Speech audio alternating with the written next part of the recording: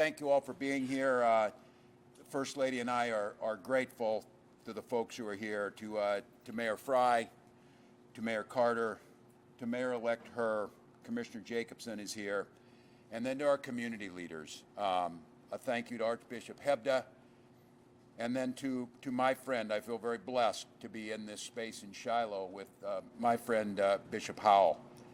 Bishop, we have been here in times of joy as we celebrated Josie Johnson in this space, and we have been here when we buried our children from gun violence in this very space. But every time we gather here, we gather as community. And I think this moment today that you see behind us is an expression of that community and that common decency across faiths, across ethnic groups, across socioeconomic boundaries, all standing strong in support of our neighbors. To the legislators who are here and the elected leaders, thank you for the leadership you have been demonstrating. I have seen you, but more importantly, the community have seen you. When I turn on a clip and watching someone, he says he's an ICE agent, but he's wearing a mask and we have no communication with him, is dragging a pregnant woman by her arms down the street, it was elected officials who were standing there saying, this is wrong. This is not who we are. So to those elected officials, thank you. Let's be very clear here, not to confuse issues. In Minnesota, we take public safety very seriously. Right. We work on it together. Our community leaders here have done incredible work. Our law enforcement in Minnesota has shown bravery in making sure they're protecting our citizens. We believe in that. Public safety is strongest when we focus on serious crimes.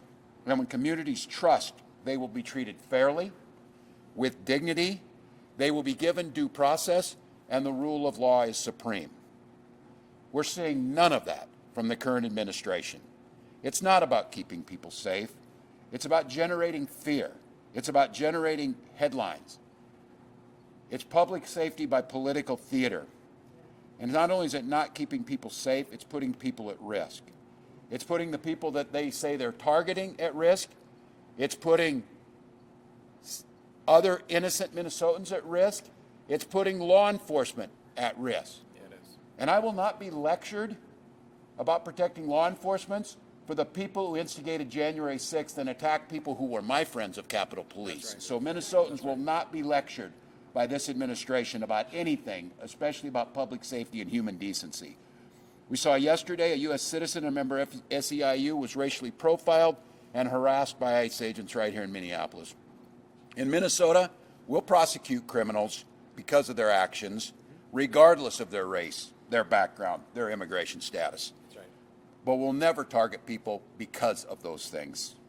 The distinction matters. When law enforcement is driven by profiling or intimidation, it undermines all the trust in the community. It makes us less safe, and it pulls resources away from doing the real work of crime. Minnesota is not going to play along with their strategy. Will not allow our communities to be used as political theater or for their personal benefit. I think it's pretty clear to all of us exactly what this president is doing. He's targeting states and communities that he has a national political fight against and that he doesn't agree with. It's also a distraction from his own personal crimes that are out there being investigated while he's harassing others. So as Minnesotans, on January 1st, your health care costs are going to skyrocket. Groceries aren't any cheaper. Your community's no safer. And we have people that won't even communicate the most basic things amongst law enforcement as we've always worked together. And it never mattered before who the administration was until this one. So this is what happens when your own federal government wages war against you. This is what happens when they target communities for their own benefit. This is what happens when they scapegoat. And this is what happens when they no longer hide the idea of white supremacy when you hear the Vice President of the United States talk about now white people won't have to apologize for being white. That's never happened once in my whole damn life. And I think everybody in this room knows what they're doing. So we're here today to say enough of this. We're here today to stand that Minnesota will protect their neighbors, to tell those folks who are out there who are too scared to send your children to school, who are too scared to visit a local business, who are too worried about maybe picking up extra food during the holidays at the food banks. We will do all we can to make those corridors safe for you. to make sure you're able to do what you need to do. So I'm grateful for the leadership in this room. I'm grateful that the folks who have been standing up time and time again. I'm grateful to our faith community that took this out of the political realm and made this about humanity. And the reason we're here, like all of you had, we hear rumors, we hear suggestions of things, because it's how they operate, that there will be an increased presence. I would tell you, if I were a betting person, they will do it over these holiday seasons because it makes it especially cruel. It makes it especially mean-spirited. It makes it especially traumatizing for communities that wish to gather and to celebrate in their faith on these most important of the high holidays in all of our faiths.